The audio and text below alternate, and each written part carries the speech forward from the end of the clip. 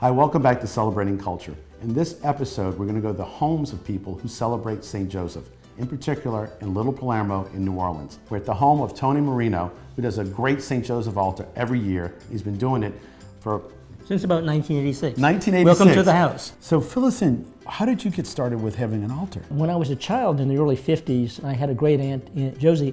They would set up an altar in her bar. It was in the Irish Channel near St. Alphonsus Church. A lot of my family lived in that area, and they would do a St. Joseph altar. And it was a tradition that continued on to about the late 60s, early 70s. And then it sort of fell out of the family. No one was doing it anymore. And then when I went to law school and I graduated in '85, I decided to do a small altar at my house in another house in the French Quarter. And then we started doing it again here on Bourbon Street. And it started growing and growing. In 2010, we had a major fire on February 16th. So that was a month before St. Joseph of March 19th. People said, well, are you gonna do it? And I said, yeah, and we're gonna go outside and do it on the street. In the backdrop of a house that had been burned, we set up the first St. Joseph altar. Now outside though, you had opera. We do is we have a Bon Appetit. They're a group that sings in various locations throughout the year. They're committed now. Every March 19th, they're coming. This block, are they like real excited now that St. Joe's Day comes? Absolutely. They basically look forward every year.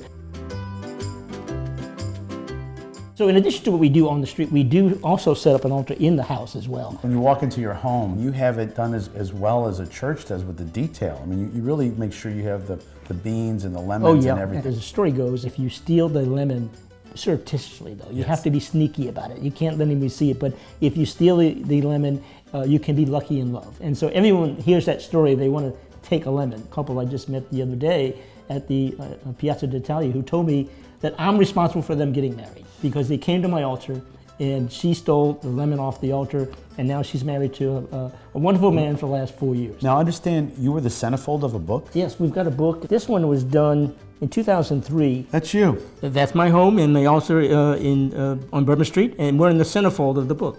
What a great book. Yes, altars around the city and other homes. So Tony, around the corner from you is the Beauregard-Keyes House, and I understand they do St. Joseph altars as well. We're here today at the Beauregard-Keyes House with Lily Elkins. Lily, welcome to the show. Thank you, Charles. I appreciate it. So Lily, you guys had a fantastic St. Joseph's altar that was even blessed. This year was our 4th annual St. Joseph altar.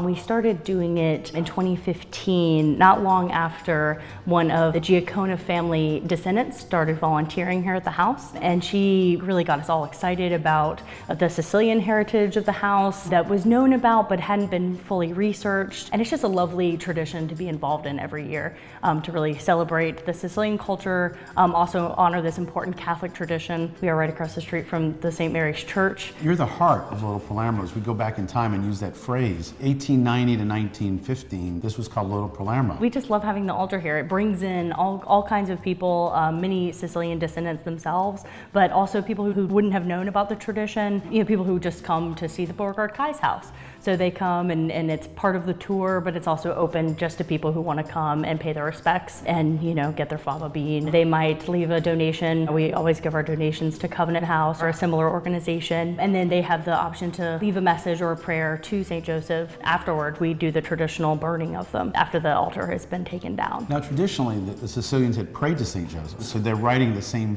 type of prayer in a way. And they are very private. We never read any of them or anything like that. It's between them and St. Joseph. And the blessing. He did a very traditional blessing. He had the holy water, he had the incense, and I think everyone felt moved by it.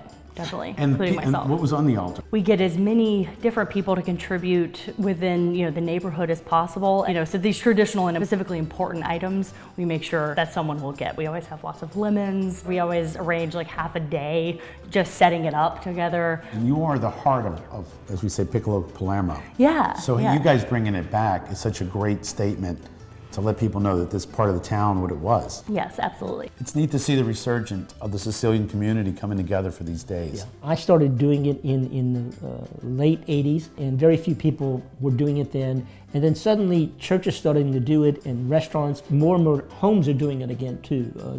It's become a tradition that it started in the homes generally, and we would normally stack up furniture and put, you'd have like the Holy Trinity, you need 3 tiers, and you'd take an armoire and a chest of drawers and a table and stack it in such a way that you'd have the Holy Trinity. Tony, I want to thank you for a great St. Joseph altar and all you're doing for the Italian heritage of New Orleans. You're quite welcome, and thanks for visiting my altar at my home. Stay tuned, we'll be right back with more Celebrating Culture.